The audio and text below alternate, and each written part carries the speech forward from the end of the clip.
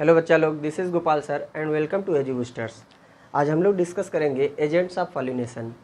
जो हमने इसके पहले वीडियो में डिस्कस किया था, पॉलिनेशन को बता दिया था और पॉलिनेशन के टाइप्स के बारे में हम लोग डिस्कस कर चुके हैं। तो फिलहाल में हम डिस्कस करने जा रहे हैं एजेंट ऑफ पॉलिनेशन। जो एजेंट ऑफ पॉलिनेशन होता है, देयर आर टू एजेंट्स। यहाँ पे कितने एजेंट्स होते हैं? पॉलिनेशन के लिए 2 एजेंट्स होते हैं।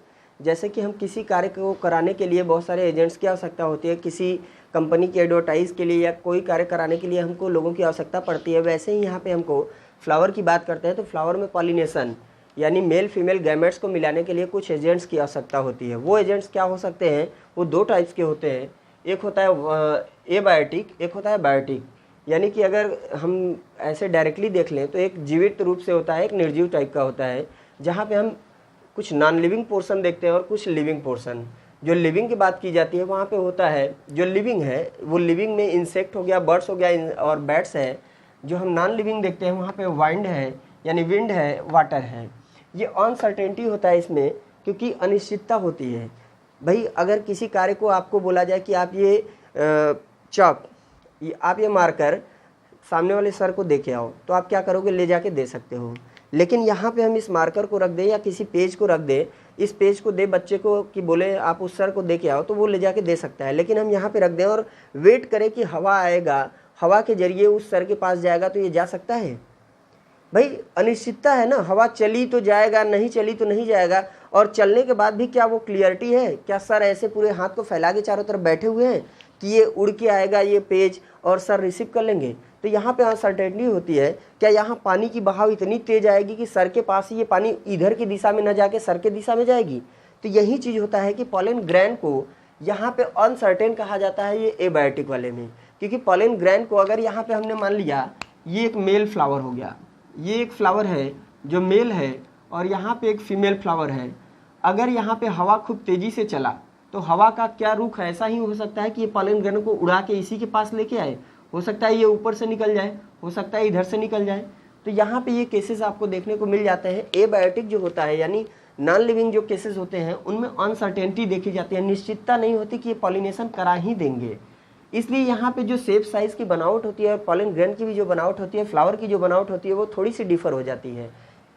किसकी अपेक्षा? एबायोटिक जो होते हैं उसकी अपेक्षा। यहाँ पे हम देखेंगे क्या कहा जाता है। भाई ये हमने बता दिया कि एयर के थ्रू ऐसा हो रहा है। अगर पानी का बहाव मान लो एक फ्लावर इस किनारे पे है, एक फ्लावर इस किनारे पे है, यहाँ से पॉलन ग्रेन निकला और ये क्या बहता हुआ है, ये निश्चित है कि इसी फ्लावर के पास पहुँचेगा? नहीं, ये इधर भी बहाव हो सकता है। मान लो पानी का बहाव इधर है, सडनली हवा का रुख चेंज हुआ और ये बदल भी तो सकता है। क्या इसी फ्लावर के पास जा सकता है? नहीं जा सकता है। इसलिए इसको क्या कहा जाता है कि जो एबायोटिक होता है पॉलिनेशन, वहाँ पे ये विंड और वाटर जरूर है लेकिन ये अनसर्टेन होते हैं। ये निश्चित नहीं कि पॉलिनेशन करा ही देंगे, यहाँ पे निश्चितता नहीं देखी जाती। जबकि इसमें क्या होती है, निश्चितता भी कही जा सकती है। भाई ऐसा नहीं है कि निश्चितता ही कही जा सकती है। भाई इंसेक्ट हैं, बर्ड्स हैं, क्या आपने उनको डाइवर्ट करके भेजा है कि इस फूल से उसी फूल पर जाओ? हो सकता है, लेकिन यहाँ पे ज़्यादातर निश्चित ही होता है कि उड़ के दूसरे फ्लावर पे बैठते हैं और इनके विंग्स में अपेंडेजेस में क्या होते हैं कि पॉलन चिपक जाते हैं और उस फ्लावर पे चले जाते हैं, जिससे मेल फीमेल के पॉलन, मेल के पॉलन ग्रैंड फीमेल के स्टिग्मा के पास चले जाते हैं और पॉलिनेशन कंप्लीट हो जाता है। सो बायोटिक जो होता है वो अनसर्टेन नहीं होता, जबकि ये क्या होता है? अनसर्टेन होता है। तो हम इसमें क्या है, जो टॉपिक विंड है, वाटर है, इंसेक्ट है, बर्ड्स है, बैट्स है, हमने बता दिया एक एबायोटिक है, एक बायोटिक। तो हम डिस्कस करेंगे फिलहाल में एबायोटिक को। तो एबायोटिक जो है हम फुली डिस्कस करने जा रहे हैं वाइंड की तरफ या विंड की तरफ। विंड पॉलिनेशन कैसा होता है, हम सारे टॉपिक को डिस्कस करेंगे एक एक करके। सारे वीडियो में आप हमारे वीडियो में बने रहेंगे तो आपको सारी चीज़ें मिल जाएंगी वहाँ पे। सो आप प्लीज़ हमारे वीडियो पे बने रहें। आई होप आपको इसके पिछले सारे वीडियो क्लियर हुए होंगे। तो हम आते हैं विंड पॉलिनेशन की तरफ। विंड का मतलब हो गया हवा का झोंका। अगर हवा के झोंके के साथ पॉलन ग्रैन उड़ के मेल से फीमेल के पास चला जाता है तो ऐसे टाइप का पॉलिनेशन क्या होता है? विंड पॉलिनेशन होता है। लेकिन इसमें कोई निश्चितता नहीं होती। ये हम सर्टेन नहीं बोल सकते कि नहीं यहाँ से हवा का झोंका उठा के, ये है फीमेल, ये है मेल, सॉरी ये मेल, ये फीमेल, यहाँ से ये पॉलन ग्रैन उठ के क्या निश्चित है हवा के जरिए यहाँ पे ही आएगा? ये निश्चित नहीं हो सकता। हो सकता है ये उठ के यहाँ भी आ जाए, यहाँ भी आ जाए, इधर भी चला जाए, इसलिए ये अनसर्टेन है। और हवा के जरिए ये उड़ के इधर से इधर आया, ये यहाँ से उड़ा, ये इस पे आके गिरा ना, तो ऐसे टाइप के पॉलिनेशन कैसे होते हैं? Wind pollination. जिसको हम क्या बोलते हैं, एनिमोफिली। इसमें कुछ प्लांट्स ऐसे होते हैं जो ये कौन सी पॉलिनेशन दिखाते हैं, विंड पॉलिनेशन। इनमें क्या होता है कि आप अक्सर देखेंगे जो ऐसे फूल जिनमें गुच्छे टाइप का फ्लावर हो, स्मॉल छोटे छोटे फ्लावर्स हों लेकिन पूरे गुच्छे में फूले हुए हों। जैसे आप गेहूं के फसल को देख लीजिए, वहाँ पे जो फ्लावर्स होते हैं एकदम गुच्छे में रहेंगे, डस्ट टाइप का इनका पॉलन ग्रैंड होता है। इनमें कोई कलर नहीं होती, कोई ओडियोर नहीं होता, कोई कलर और ओडियोर दोनों नहीं होता, यानी इसमें स्मेल भी नहीं कर सकते कि पाया जाता है, न इसमें बहुत अच्छा रंग होता है जिससे इंसेक्ट या कोई बर्ड्स या बैट अट्रैक्ट होके आए। तो यहाँ जब ये अट्रैक्ट होके आएंगे नहीं तो इनकी पॉलिनेशन को कराएगा कौन, विंड ही कराएगा।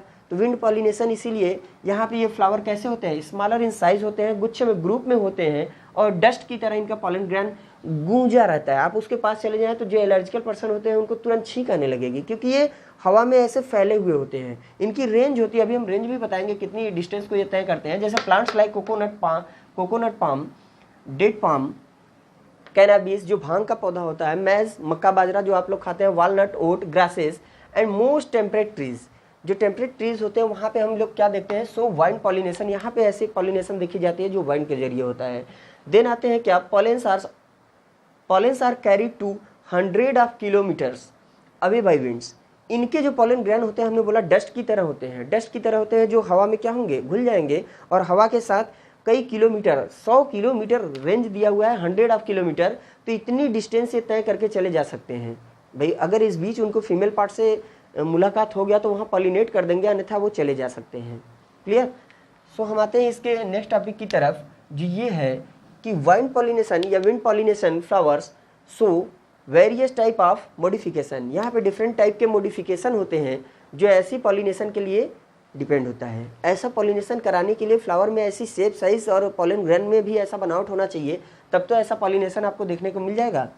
सो यहाँ पे क्या क्या होता है हमने पहले ही बोल दिया कि फ्लावर की जो शेप होती है, पहले याद रखिएगा कि ऐसी जो वाइन पॉलिनेशन या विंड पॉलिनेशन होती है इसमें फ्लावर की शेप बहुत ही छोटी होती है।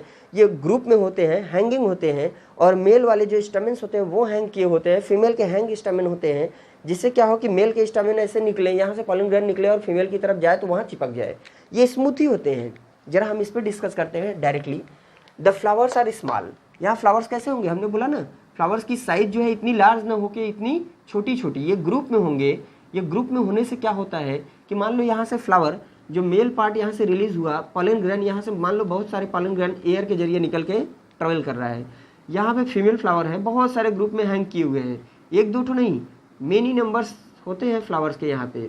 अब ये पॉलन ग्रेन हवा के जरिए घूमते हुए जा रहा है, भाई इससे नहीं तो इससे, इससे नहीं तो इससे, इससे नहीं इससे, किसी से टकरा ही जाएगा, निश्चित नहीं होता ना। इस वजह से इतने फ्लावर के गुच्छे होते हैं कि ये पॉलन ग्रेन किसी से जाके टकराए और वहाँ पॉलिनेट कर दे।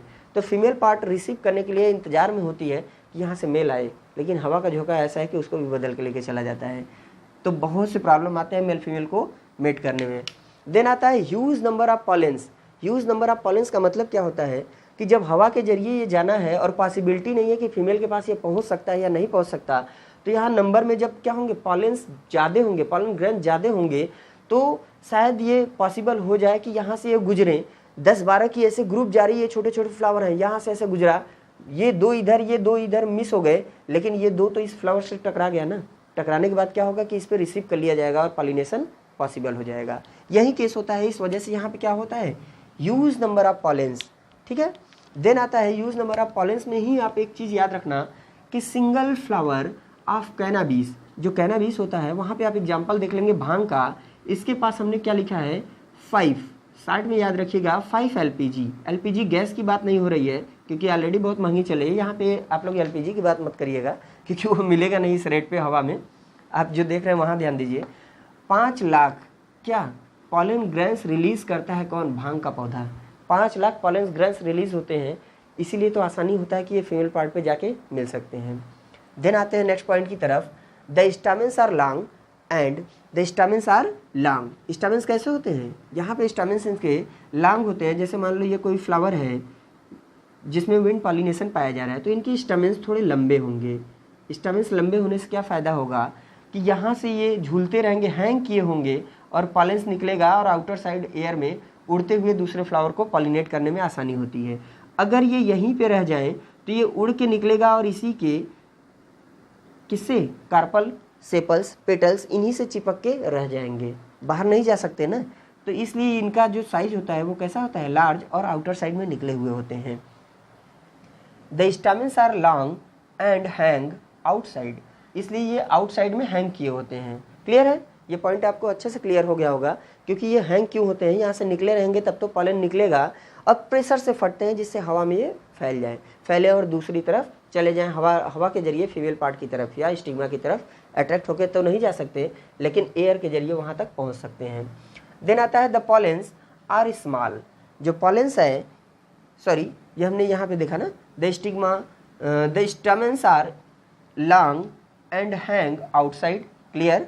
नेक्स्ट पॉइंट आता है the stigmas are large and feathery, जो स्टिग्मा होती है, यहाँ पे अगर बात कर लें, एक दूसरा फ्लावर हम बना दें, यहाँ पे स्टिग्मा की जो साइज होगी कुछ इस ढंग से लार्ज होती है, ये लार्ज होगी तो जिससे आसानी होगा किस पे, पॉलन ग्रेन अगर इधर से गुजर भी रहा है तो यहाँ चिपकने में आसानी होगा। फेदरी, लार्ज के साथ साथ एक पॉइंट याद रखिएगा, फेदरी ऐसा होता है, यहाँ पे रोम पंख की तरह निकले रहते हैं, जिससे ये अगर पॉलेंस यहाँ से गुजर भी रहे हैं तो जरूर कहीं ना कहीं टकरा के इसमें फंस जाए।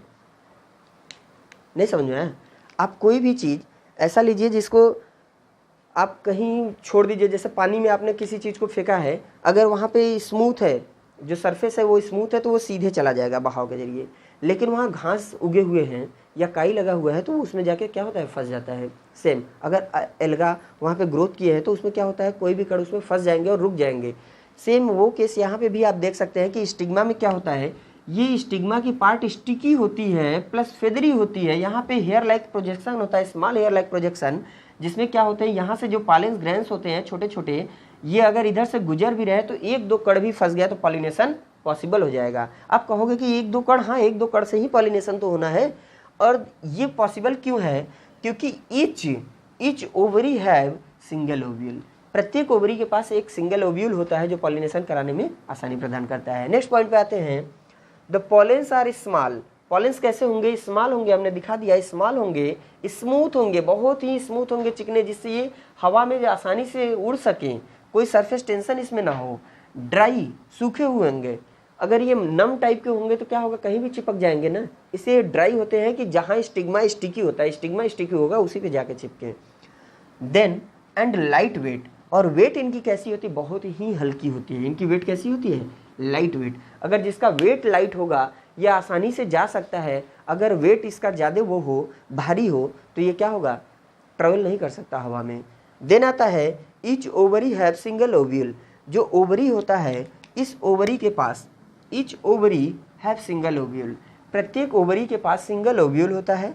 लैक नेक्टर, इनमें क्या होता है, नेक्टर अब्सेंट होता है, नेक्टर क्या होता है, अब्सेंट होता है, इसकी कोई यहाँ पे यूज़ नहीं होती, जो टेस्ट के लिए होता है, स्मेल के लिए होता है, कलर प्रोवाइड करने के लिए। तो यहाँ पे फ्लावर में आप देख सकते हैं ना, कोई ऐसी स्मेल है न फिर कलर है जिससे कोई इंसेक्ट या बर्ड्स या बैट अट्रैक्ट होके आए, या आप कह सकते हैं कि ऐसे फैक्टर जो बायोटिक हैं वो इसकी तरफ अट्रैक्ट होके नहीं आएंगे, तो ऐसा पॉलिनेशन नहीं हो सकता कि बायोटिक हो, और जब ये आएंगे नहीं तो इनमें एबायोटिक पॉलिनेशन ही होगा, और वो कैसा होगा, विंड पॉलिनेशन। हाँ, तो हम साइड हो जा रहे हैं, आप लोग इसका स्क्रीनशॉट जरूर ले लें या फिर आप इसे नोट कर लें, ठीक है। आप हमारे वीडियो पे बने रहें और जितना हो सकता है लाइक शेयर सब्सक्राइब करें, अगर नए हैं तो सब्सक्राइब करिए और सभी लोगों तक ये वीडियो सेंड करिए, जो 11-12 के बच्चे हैं प्लस नीट की प्रिपरेशन के लिए इंपॉर्टेंट लगे तो आप ज़रूर शेयर करें। Thank you for watching my video.